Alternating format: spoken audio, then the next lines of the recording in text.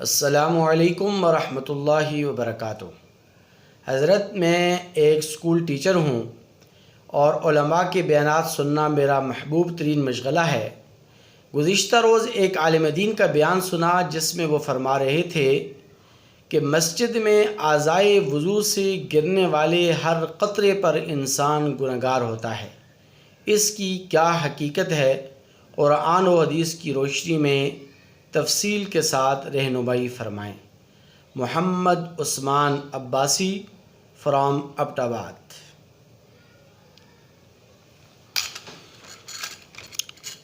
دیکھیے،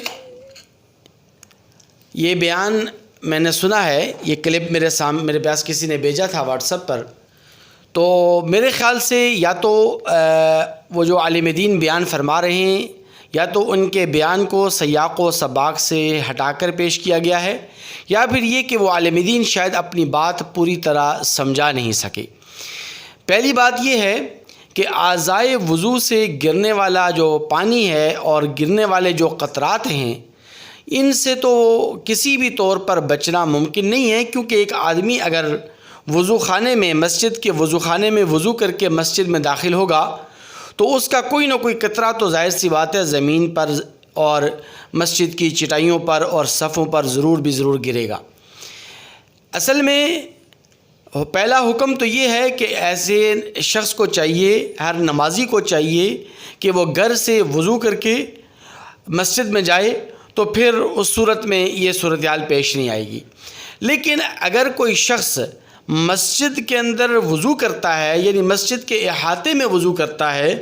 اور مسجد کے احاطے میں وضو کرنے کی وجہ سے وضو کے پانی کے قطرات اگر زمین پر گرتے ہیں تو ایسا کرنا مکروہ ہے، ایسا شخص جو ہے نا وہ گنہگار ہوگا۔ لیکن اگر کوئی شخص گھر سے وضو کر کے مسجد میں جاتا ہے یا پھر وضو خانے سے وضو کر کے مسجد میں داخل ہوتا ہے تو اس کے اعضائے وضو سے، اس کے ہاتھوں سے، اس کی داڑھی سے، اس کے پاؤں سے پانی کے قطرات اگر زمین پر گر جائیں اور مسجد کی چٹائیوں پر، قالینوں پر گریں تو اس صورت میں وہ شخص بہرحال گنہگار نہیں ہوتا، کیونکہ یہ ایسا فعل اور ایسا عمل یہ غیر مکروہ ہے۔ اس کو مکروہ کہنا بھی جو ہے نا علماء نے صحیح نہیں لکھا، یعنی علماء نے اس کو مکروہ بھی قرار نہیں دیا، تو پھر ایسا شخص گنہگار کیسے ہو سکتا ہے؟ البتہ یہ بات ضرور علماء اور فقہاء نے لکھی ہے کہ قصداً اور عمداً اعضائے وضو کا جو پانی ہے وہ مسجد میں چھڑکنا اور مسجد کے اندر آ کر اعضائے وضو کا جو پانی ہے اس کو مسجد کے اندر گرانا قصداً اور عمداً، یہ مسجد کے آداب اور احترام کے خلاف ہے۔ لیکن یہ کہہ دینا کہ اعضائے وضو سے گرنے والے پانی کے ہر قطرے پر انسان گنہگار ہوتا ہے، میرے خیال سے یہ بہت بڑی سخت بات ہے۔ ایسا کرنے سے تو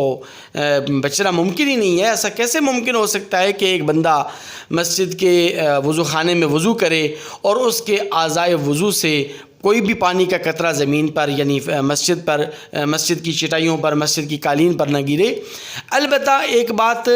جو لوگوں کے درمیان مشہور ہے، اس کی کسی صحیح حدیث میں یا صریح حدیث میں وہ بات نہیں ملتی، یعنی لوگوں کے نزدیک یہ مشہور ہے کہ اگر کوئی شخص گھر سے وضو کر کے نکلتا ہے تو راستے میں آتے جاتے ہوئے اس کے اعضائے وضو سے جتنے بھی قطرات زمین پر گرتے ہیں تو اس سے فرشتے پیدا ہوتے ہیں، اور وہ فرشتے جب تک وہ شخص باوضو رہتا ہے تو اس کے حق میں دعائے مغفرت کرتے ہیں۔ ایسے صریح الفاظ کسی صحیح حدیث مبارکہ کے اندر نہیں ملتے۔ اسی طرح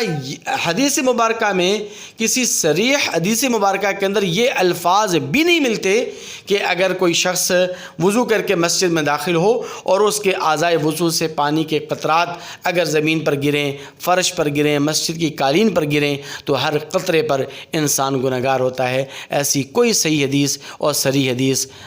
مبارکہ ہمیں نظر نہیں آئی، اور نہ ہی کسی صریح اور صحیح حدیث مبارکہ میں یہ الفاظ منقول ہیں۔ اس لیے ہمیں چاہیے کہ قرآن اور حدیث کے مطابق تمام مسائل کو بیان بھی کریں، اور تمام احادیث مبارکہ اور تمام آیات مبارکہ کی روشنی کے اندر جو بات متفقہ طور پر ہو تو اسی کو نقل کرنا چاہیے اور اسی کو بیان کرنا چاہیے اور اسی پر عمل کرنا چاہیے۔ اللہ تعالی ہم سب کا حامی و ناصر ہو۔